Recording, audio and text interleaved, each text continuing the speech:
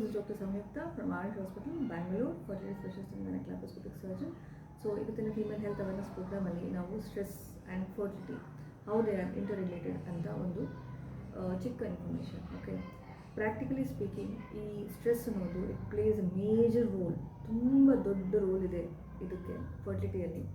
ಯಾಕೆ ಅಂದರೆ for example if you take ಇವಾಗ ಈ ಮಂತಲ್ಲಿ ಎಲ್ಲಾದರೂ ಒಂದು ಚಿಕ್ಕ ಟ್ರಿಪ್ ಹೋಗಿರ್ತೀರ ಹೊರಗಡೆ, ಇಲ್ಲ ಏನಾದರೂ ಮನೆ ಶಿಫ್ಟ್ ಮಾಡಿರ್ತೀರ, ಇಲ್ಲ ಏನಾದರೂ ಪೂಜೆ ಇರುತ್ತೆ, ಅದು ಇದೇನಾದರೂ ಒಂದು ಅಂದ್ಕೊಂಡಿರ ಇರೋ ರೀತಿ ಏನಾದರೂ ಒಂದು which is not in your routine, you are trying to do it ಅನ್ನುವಾಗ there might be some stress and ಅದು it would impact your the cyclical changes in that particular month. For example, you can see it in a form like ಆ ತಿಂಗಳಲ್ಲಿ ನಿಮಗೆ periods ಬರ್ತಿರೋದು, ಇಲ್ಲ ಸ್ವಲ್ಪ ತಳ್ಳು ಹೋಗೋದು, ಇಲ್ಲ ಸ್ವಲ್ಪ ಸ್ಪಾಟಿಂಗ್ ಥರ ಕಾಣಿಸೋದು, ಈ ಥರ ಎಲ್ಲ ಕಾಣಿಸ್ಕೊಡುತ್ತೆ.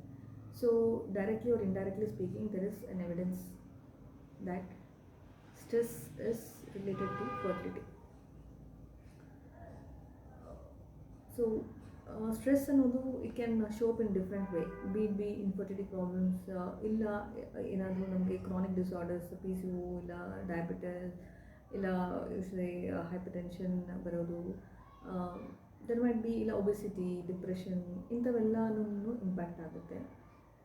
ಸೊ ಈ ಸ್ಟ್ರೆಸ್ ಅನ್ನೋದು ನಾವು ಹೇಗೆ ಓವರ್ಕಮ್ ಮಾಡೋದು ಅನ್ನೋದು ಒಂದು ದೊಡ್ಡ ವಿಚಾರ. ಫರ್ಟಿಲಿಟಿ ರಿಲೇಟೆಡ್ ಸ್ಟ್ರೆಸ್ ಟ್ರೀಟ್ಮೆಂಟ್ ತೊಗೊಳ್ತಾ ಇರೋರಿಗೆ ಟ್ರೀಟ್ಮೆಂಟೇ ಒಂದು ದೊಡ್ಡ ಸ್ಟ್ರೆಸ್ ಆಗಿರುತ್ತೆ. ಸೊ ನಮಗೆ ಫಿಸಿಯೋಲಾಜಿ, ಈ ಸ್ಟ್ರೆಸ್ಸಿನ ಬಗ್ಗೆ ಫಿಸಿಯೋಲಾಜಿಕಲಿ ಹೇಗೆ ಇದು ಆ್ಯಕ್ಟ್ ಆಗುತ್ತೆ ಅನ್ನೋದ್ರ ಬಗ್ಗೆ ಬಂದರೆ, we will have this hypothalamo pituitary ovarian axis, ಬ್ರೈನಿಂದ ಹಿಡಿದು ನಮಗೆ whatever we are seeing, looking, doing, however we feel like that, feel everything do have an impact on the hormonal release. And even our sleep pattern is directly connected to our hormonal release. ಎಲ್ಲನೂ ಒಂದು circadian rhythm ಅಂತ ಹೇಳ್ತೀವಿ.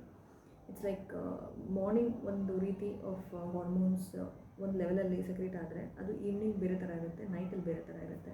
So these are all interrelated and it is also related to our sleep cycle also. ಇದನ್ನು ನಾವು circadian rhythm ಅಂತ ಹೇಳ್ತೀವಿ.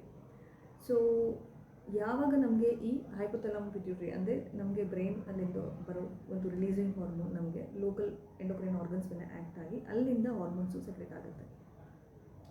For example ಸ್ಟ್ರೆಸ್ಸಿಂದ ನಮಗೆ cortisol levels ಅನ್ನೋದು ಕಾರ್ಟಿಕೋಟ್ರಾಪಿಕ್ ರಿಲೀಸಿಂಗ್ ಹಾರ್ಮೋನ್ ಅಂತ ಹೇಳ್ತೀವಿ, ಅದು ಜಾಸ್ತಿ ಆಗಿ that would go on act on the adrenal ಗ್ಲ್ಯಾಂಡ್ಸಿಂದ ಹಿಡಿದು ನಮಗೆ ತುಂಬ ಹಾರ್ಮೋನ್ಸ್, ಅಂದರೆ ಫಾರ್ ಎಕ್ಸಾಂಪಲ್ ನಮಗೆ sugar levels in the body, ಗ್ಲೂಕೋಸ್ನ ನಮಗೆ ಮೇಂಟೈನ್ ಮಾಡುವಂಥ ಒಂದು ಹಾರ್ಮೋನ್ಸ್ ರಿಲೀಸ್ ಆಗಿರಲಿ, ಇಲ್ಲ ನಮಗೆ ಸಾಲ್ಟ್ ಲೆವೆಲ್ಸ್ನ ರೆಗ್ಯುಲೇಟ್ ಮಾಡೋ ಒಂದು ಹಾರ್ಮೋನ್ಸ್ ಆಗಿರಲಿ, ಸೆಕ್ಸ್ ಹಾರ್ಮೋನ್ಸ್ ಆಗಿರಲಿ, ಇವೆಲ್ಲನೂ ಅಡ್ರಿನಲ್ ಗ್ಲ್ಯಾಂಡ್ಸಿಂದ ಉತ್ಪತ್ತಿಯಾಗಿ ರಿಲೀಸ್ ಆಗುತ್ತೆ. So when we are stressed and when this releasing hormone, corticotropic releasing hormone ಅನ್ನೋದು ಯಾವಾಗ ನಮಗೆ ಬೇರೆ ರೀತಿಯಲ್ಲಿ ಫಂಕ್ಷನ್ ಆಗುತ್ತೋ ಆವಾಗ ಕಾರ್ಟಿಸಾಲ್ ಎಕ್ಸಸ್ ಆಗಿ ನಮಗೆ ಈ ಲೋಕಲ್ ಹಾರ್ಮೋನ್ಸ್ ಎಲ್ಲನೂ ಏರುಪೇರಾಗುತ್ತೆ. So it would result in chronic problems. ಇದು ಗಂಡಸರಿಗೆ ಆಗಿರಲಿ, ಹೆಂಗಸರಿಗೆ ಆಗಿರಲಿ, it would relate or it would end up giving in a chronic problem like say PCOS ಆಗಿರಲಿ, ಹೈಪರ್ಟೆನ್ಷನ್, ಡಯಾಬಿಟಿಸ್, ಇಲ್ಲ you can tell fertility, everything do matters. Okay, so simple, very simple language and very practical ವೇಯಲ್ಲಿ ಹೇಳಬೇಕು ಅಂದರೆ ನಮಗೆ ನಮ್ಮ ಬಾಡಿಯಲ್ಲಿ ಒಂದು homeostasis ಅಂದರೆ ಒಂದು ಬ್ಯಾಲೆನ್ಸ್ ಇರಬೇಕು. ಯಾವುದೇ ಒಂದು ಕಾರ್ಯ ಮಾಡಿದ್ರೂ ಅದರಲ್ಲಿ ಒಂದು ಬ್ಯಾಲೆನ್ಸ್ ಸ್ಟ್ರೈಕ್ ಔಟ್ ಮಾಡಿಕೊಂಡ್ರೆ you will not get stressed out. So first of all you know that ಈ ಸ್ಟ್ರೆಸ್ನ ಓವರ್ಕಮ್ ಮಾಡೋದಕ್ಕೆ ಒಂದು ಶೆಡ್ಯೂಲಿಂಗ್, ಟೈಮ್ ಮ್ಯಾನೇಜ್ಮೆಂಟ್ ಅನ್ನೋದು ತುಂಬಾ important. So time management, you just schedule your activities. ಇವಾಗ ಇದು ಮಾಡಬೇಕು, ಈ ಟೈಮ್ಗೆ ಇದು ಮಾಡಬೇಕು ಅನ್ನೋದು ಒಂದು ಶೆಡ್ಯೂಲ್ ಮಾಡ್ಕೊಳ್ಳಿ. And if it all anything out of the schedule you try to have some backups. So scheduling is first and foremost thing in your stress management. And ಯಾವಾಗಲೂ ನೀವು positivity, whoever is positive to you and whoever is making you comfortable, and it should be in a really positive manner, okay, not in negative manner, but you just choose such people who are positive to you, okay, and keep your environment also positive. For example, ನೀವು ಇವಾಗ ಎಲ್ಲೋ mobile ತೊಗೊತೀರಾ, scroll ಮಾಡ್ತೀರಾ, ಇವಾಗ you'll see n number of things, and mobile usage, so many have got addicted. ಹೇಗೆ ಅಂದರೆ wife will not have time with husband, and husband will not have any time for the wife, or mother will not have a time with the kids. ಆ ಥರ ಆಗೋಗಿದೆ this mobile addiction. they're all busy. Everybody are busy. Old people are busy with their mobiles, and nobody has any time to spend with others. So ಏನು ಒಂದು important ವಿಷಯ ಅಂದರೆ ಈ mobile ಯೂಸೇಜ್ನ ಸ್ವಲ್ಪ you make it in a restricted way. ಅಂದರೆ you should know way to use, when to use and how to use it. You should not allow the mobile to rule on you, or ನಿಮಗೆ ನೀವು you should control the mobile should not control you, right? So ಅದಕ್ಕೂ ಒಂದು timing ಇಟ್ಕೊಳ್ಳಿ. ನೈಟಲ್ಲಿ late ನೈಟಲ್ಲಿ ಬೆಡ್ಗೆ ಹೋದ್ಮೇಲೆ lights ಎಲ್ಲ switch off ಮಾಡಿದ್ಮೇಲೆ mobile phones on ಮಾಡ್ಕೊಂಡು ಇಟ್ಕೊಳ್ಳೋದು, ಎಲ್ಲ ಸ್ಕ್ರಾಲ್ ಮಾಡ್ತಾ ಯೂಟ್ಯೂಬ್ಸ್ ಇದು ನೋಡೋದು. Don't do that. You just have this thing. ಒಂದು ಡಿಸಿಪ್ಲಿನ್ ಅನ್ನೋದು ಇರಬೇಕು. ಬೆಡ್ ಟೈಮ್ಗೆ ಒಂದು 9 o'clock 10 o'clock ಆದಮೇಲೆ ಮೊಬೈಲ್ ಫೋನ್ಸ್ನ ನಾವು ಸ್ವಿಚ್ ಆನ್ ಮಾಡಲ್ಲ ಅಂತ ಒಂದು ಡೆಸಿಷನ್ ನೀವು ತೊಗೊಳ್ಬೇಕಾಗುತ್ತೆ. ಸೊ ಯಾಕೆ ಅಂದರೆ ಈ ಮೊಬೈಲ್ ಫೋನ್ಸಿಂದ ಏನಾದರೂ ಲೈಟ್ ಅದು ಎಮಿಟ್ ಆಗುತ್ತಲ್ಲ, so whatever you see and whatever you do that one, it would have that impact on the sleep. Say 1 or 2 hours ನಿಮಗೆ ನಿದ್ದೆ ಬರಲ್ಲ. So your sleep disturbance would be high. Take it from me and try doing it. It do really impact on your sleep pattern. So first thing is in stress management, schedule your things. Time management is very important, and sleep pattern na regulate ಮಾಡ್ಕೊಳ್ಳಿ. ಟೈಮ್ಗೆ you just have to regulate it and avoid mobile phone usage at night times when on bed and all, and try to have good food and eating habits. ಎಲ್ಲೋ ಒಂದು fast food ಸೆಂಟ್ರಲ್ಲಿ ತರಿಸ್ಕೊಳ್ಳೋದು ಆಗಿರಲಿ, ಇಲ್ಲ ಬೇರೆ ಏನಾದರೂ junk foods ತಿಂದ್ಕೊಂಡು ದಿನ ಎಲ್ಲ ತಳ್ಳೋದೇ ಆಗಿರಲಿ, ಇಲ್ಲ ಇವತ್ತು ಕುಕ್ ಮಾಡಿಬಿಟ್ಟು ಒಂದು 3 daysಗೆ ಫ್ರಿಜ್ಜಲ್ಲಿ ಇಟ್ಕೊಂಡು ತಿನ್ನೋದೇ ಆಗಿರಲಿ, ಇವೆಲ್ಲ ಅನ್ಹೆಲ್ತಿ ಹ್ಯಾಬಿಟ್ಸ್ನ ಕಟ್ ಡೌನ್ ಮಾಡ್ಕೊಳ್ಳಿ. There are so many things what are happening at present which is not in our hands. For example ಹೇಳಬೇಕಂದ್ರೆ, ಇವಾಗ ತರಕಾರಿಯಲ್ಲಿ ಮೆಟಲ್ ಇದೆ ಅಂತ ಹೇಳ್ತಾರೆ, ಆ್ಯಂಡ್ ಪೊಲ್ಯೂಷನ್ ಫ್ಯಾಕ್ಟರೇ ಆಗಿರಲಿ, ಇಲ್ಲ ಪ್ಲಾಸ್ಟಿಕ್ ಯೂಸೇಜೇ ಆಗಿರಲಿ, to one extent we can just avoid it. Say ಪೊಲ್ಯೂಷನ್ನ ಮಾಸ್ಕ್ ಹಾಕೊಳ್ಳೋದು, ಪ್ಲಾಸ್ಟಿಕ್ ಬಾಟಲ್ಸ್ನ ಅವಾಯ್ಡ್ ಮಾಡ್ಕೊಂಡು ಸ್ಟೀಲ್ ಬಾಟಲ್ ಯೂಸ್ ಮಾಡೋದು. ಸೊ ಕೆಲವೊಂದು ಅವಾಯ್ಡ್ ಮಾಡ್ಬೋದು. ಆ್ಯಂಡ್ ಮೊಬೈಲ್ ಫೋನ್ಸ್ನ ರೆಸ್ಟ್ರಿಕ್ಟೆಡ್ ಯೂಸೇಜ್ ಮಾಡೋದು, ಕೆಲವೊಂದು ನಮ್ಮ ಕೈಯಲ್ಲಿದೆ, ಅದನ್ನು ಅವಾಯ್ಡ್ ಮಾಡ್ಬೋದು. ಅನ್ನೋದನ್ನು ಅವಾಯ್ಡ್ ಮಾಡಿದರೆ at least we would try to be in a safer zone. Okay, so again I am telling you, ಈ ಸ್ಟ್ರೆಸ್ ಮ್ಯಾನೇಜ್ಮೆಂಟಲ್ಲಿ try to be move towards positivity. Time management ತುಂಬ ಇಂಪಾರ್ಟೆಂಟ್. ಶೆಡ್ಯೂಲ್ ಮಾಡ್ಕೊಳ್ಳಿ, ಪ್ಲ್ಯಾನ್ ಮಾಡ್ಕೊಳ್ಳಿ, ಮತ್ತು sleep ಪ್ಯಾಟರ್ನ್ನ don't let it go in a very awkward manner. Late night ಬೆಡ್ಗೆ ಹೋಗೋದೇ ಆಗಿರಲಿ, ಇಲ್ಲ ಸರಿಯಾಗಿ ನಿದ್ದೆ ಮಾಡ್ತಿರೋದಾದರೆ ಆಗಿರಲಿ, it do affects your fertility pattern to a great extent. Sleep is very very necessary for this perspective. ಯಾಕೆ ಅಂದರೆ ಒಂದು melatonin hormone which is related to the sleep pattern is also directly related with your fertility. And ನಿದ್ದೆ ಮಾಡಿದ ಮೇಲೆ ಒಂದು 2-3 hours ಆದಮೇಲೆ ಈ hormonal surge ಏನಾದರೂ ಇರುತ್ತಲ್ವ, that also is related to the sleep pattern.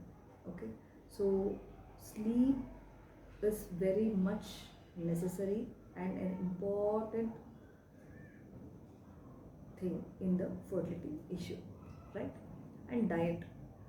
Be sure that you eat in time and take healthy diet with rich antioxidant and protein rich food item. And exercise. Make it a point that you just do some yoga, pranayama in the morning times, and evening times only ಒಂದು half an hour to 40 minutes walking. And don't try to tell no, or don't tell that you don't have time to do all these things.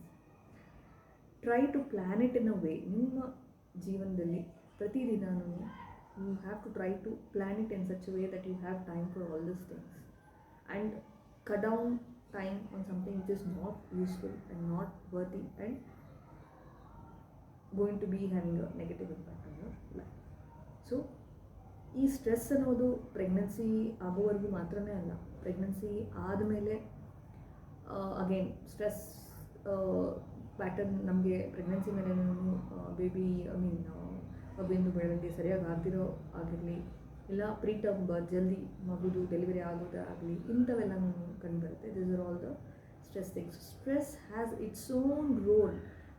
B unmarried ಪೀಪಲೇ ಆಗಿರಲಿ, married ಪೀಪಲೇ ಆಗಿರಲಿ, ಇಲ್ಲ old ಪೀಪಲೇ ಆಗಿರಲಿ, stress ಅನ್ನೋದು it's just a 5-letter word, but it do has different meanings and different patterns of showing, and different way to come out of it, right? Try to choose good best ways to come out of this, as I've told you and I've listed out. Try doing this one, schedule your things, try to just have good sleep, good healthy diet, exercise, and positivity. ಲೈಫಲ್ಲಿ ಯಾವಾಗಲೂ positive ಥಿಂಗ್ಸ್ನ ಮೊದಲಿಟ್ಕೊಳ್ಳಿ and try to be away from the negative people and negativity, right? Yeah, so this is how I'm telling you again and again that stress factor do plays a role. ಅಂದರೆ ಈ ಒತ್ತಡ ಅನ್ನೋದು ನಮಗೆ reproductive hormones ಏನಾದರೂ ಇದೆಯೋ ಅದರ ಮೇಲೆ ಖಂಡಿತ ಪರಿಣಾಮ ಇದೆ, and directly it is related to the fertilisation issues also. Stress ಫ್ಯಾಕ್ಟರಿಂದ ಓವ್ಯುಲೇಷನ್ ತಳ್ಳೋಗೋದೇ ಆಗಿರಲಿ, ಇಲ್ಲ ಫರ್ಟಿಲೈಸೇಷನ್ ಆಗದಿರೋ ಆಗಿರಲಿ, ಎಂಡೋಮೆಟ್ರಿಯಲ್ ಥಿಕ್ನೆಸ್ ತುಂಬ ಸಣ್ಣಕ್ಕಿರೋದೇ ಆಗಿರಲಿ, ಇಲ್ಲ ಸ್ಪರ್ಮ್ ಕ್ವಾಲಿಟಿ ಕಡಿಮೆ ಆಗಿರೋದೇ ಆಗಿರಲಿ, these are all have been proven factors. ತುಂಬ ಸ್ಟಡೀಸ್ ಇದೆ ಇದ್ರ ಬಗ್ಗೆ. So when you are undergoing this fertility treatment, as your doctor would be telling that come in time, injections ತೊಗೊಬೇಕು, ಇಲ್ಲ ಸ್ಕ್ಯಾನಿಂಗ್ ಇರುತ್ತೆ, ಇವೆಲ್ಲ ಇರುತ್ತೆ. These are all the things which will add on to the stress, but take it in positive way in a sense that treatments are necessary only when there are problems. Already you have a problem, ಅದರಿಂದ ಹೊರಗಡೆ ಬರೋದಕ್ಕೆ ನೋಡಬೇಕು. You should not try to think, overthink and do it more. Okay.